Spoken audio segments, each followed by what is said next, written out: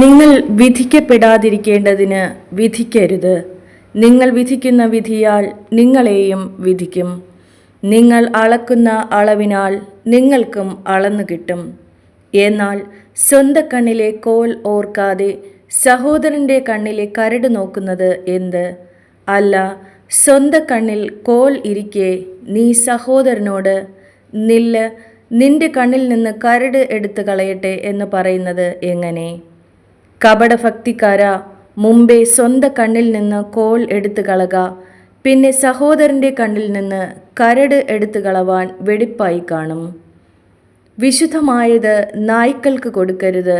നിങ്ങളുടെ മുത്തുകളെ പന്നികളുടെ മുമ്പിൽ ഇടുകയുമരുത്.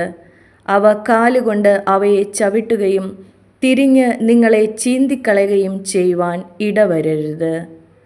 യാചിപ്പിൻ, എന്നാൽ നിങ്ങൾക്ക് കിട്ടും. അന്വേഷിപ്പിൻ, എന്നാൽ നിങ്ങൾ കണ്ടെത്തും. മുട്ടുവിൻ, എന്നാൽ നിങ്ങൾക്ക് തുറക്കും. യാചിക്കുന്ന ഏവനും ലഭിക്കുന്നു, അന്വേഷിക്കുന്നവൻ കണ്ടെത്തുന്നു, മുട്ടുന്നവന് തുറക്കും. മകൻ അപ്പം ചോദിച്ചാൽ അവന് കല്ല് കൊടുക്കുന്ന മനുഷ്യൻ നിങ്ങളിൽ ആരുള്ളൂ? മീൻ ചോദിച്ചാൽ അവന് പാമ്പിനെ കൊടുക്കുമോ? അങ്ങനെ ദോഷികളായ നിങ്ങൾ നിങ്ങളുടെ മക്കൾക്ക് നല്ല ദാനങ്ങളെ കൊടുപ്പാൻ അറിയുന്നു എങ്കിൽ സ്വർഗസ്ഥനായ നിങ്ങളുടെ പിതാവ് തന്നോട് യാചിക്കുന്നവർക്ക് നന്മ എത്ര അധികം കൊടുക്കും.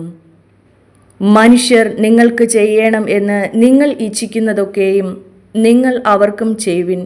ന്യായപ്രമാണവും പ്രവാചകന്മാരും ഇത് തന്നെ. ഇടുക്കുവാതിലിലൂടെ അകത്ത് കടപ്പിൻ.